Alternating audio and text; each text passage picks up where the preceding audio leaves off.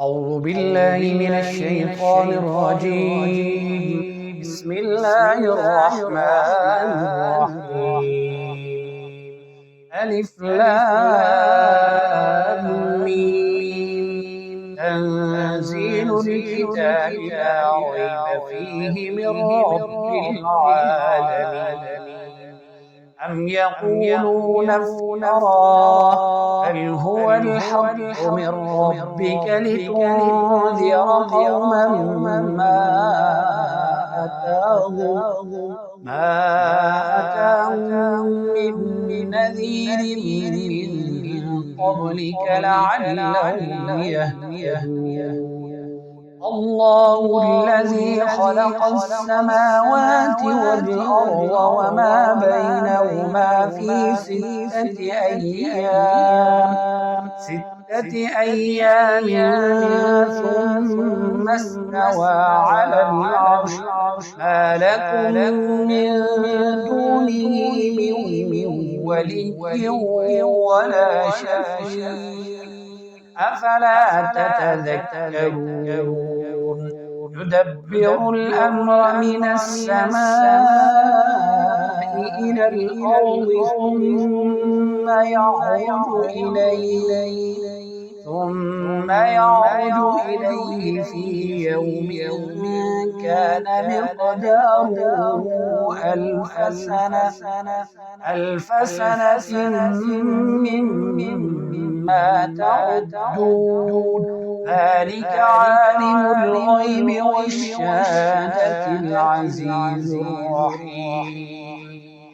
الذي أحسن كل شيء خلقه وبدأ خلق الإنسان من طين ثم جعل نسله من سلالة من ماء مهين ثم سواه ونفخ فيه من روحه وجعل لكم السمع والأبصار والأفئدة قليلا ما تشكرون.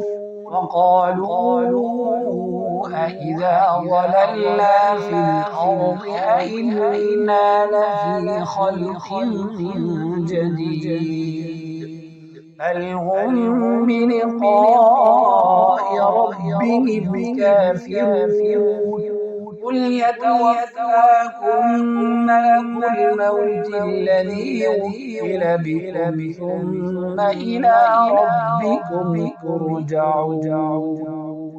ولو ترى إذ المجرمون ناكسوا رؤوسهم عند ربهم ربنا أبصرنا وسمعنا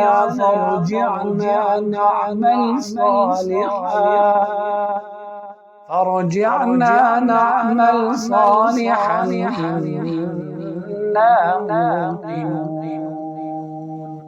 ولو شئنا لآتينا كل نفس هداها ولكن حق القول مني لأملأن جهنم من الجنة والناس أجمعين. فذوقوا بما نسيتم لقاء يومكم هذا إنا نسيناكم وذوقوا عذاب الخلد بما كنتم تعملون. إنما يؤمن بآياتنا الذين إذا ذكروا بها خروا سجدا وسبحوا بحمد ربهم وهم لا يستكبرون. تتجافى جنوبهم عن المضاجع يدعون ربهم خوفا وطمعا ومما رزقناهم فلا تعلم نفس ما أخفي لهم من قرة أعين جزاء بما كانوا يعملون أفمن كان مؤمنا كمن كان فاسقا لا يستوون أما الذين آمنوا وعملوا الصالحات فلهم جنات المأوى نزلا بما كانوا يعملون وأما الذين فسقوا فمأواهم النار كلما أرادوا أن يخرجوا منها أعيدوا فيها